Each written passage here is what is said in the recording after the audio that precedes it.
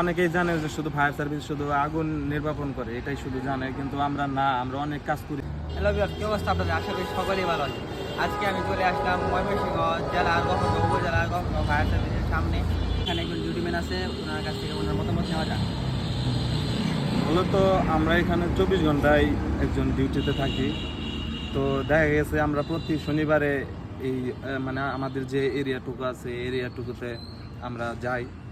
অনেকেই বলি যে আপনাদের কাছে কি নাম্বার আছে, অনেকে নাম্বারটা রাখে না, কিন্তু তার ক্ষেত্রে কিন্তু এটাই সবার প্রথমে রাখা দরকার, তো অনেকেই রাখে না।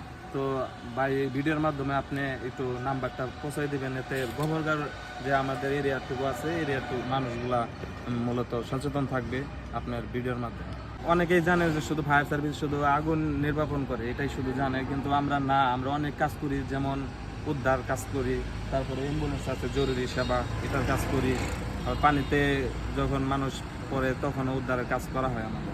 তো এগুলা মানুষ জানে না, যদি আপনার ভিডিওর মাধ্যমে এগুলো জানে তো মানুষ আরও সচেতন হবে। আমরা মানুষের জন্য যেহেতু এখানে আছি, মানুষের সেবায় আমরা সবসময় নিয়োজিত থাকতে চাই। দেখছেন আমার সামনে কতগুলো জুতা আছে এবং গাড়ির সাথে কতগুলো যন্ত্রপাতি আছে, তারা কিন্তু 24 ঘন্টায় রেডি থাকে।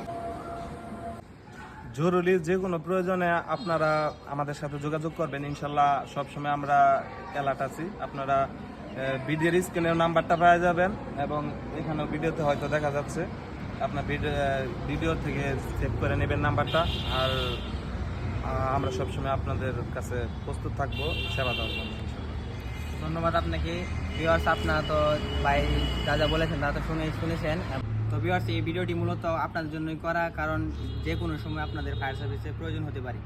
তো আমার পিছনে তারা নাম্বার দিয়ে দিয়েছে, তাও আমি আমার স্ক্রিনে নাম্বার দিয়ে দিয়েছি। আপনারা যদি কোনো যোগাযোগ করেন তাহলে এই নাম্বারে যোগাযোগ করবেন সরাসরি, মানে ফায়ার সার্ভিসের লোকেদের কাছে একটু বেশি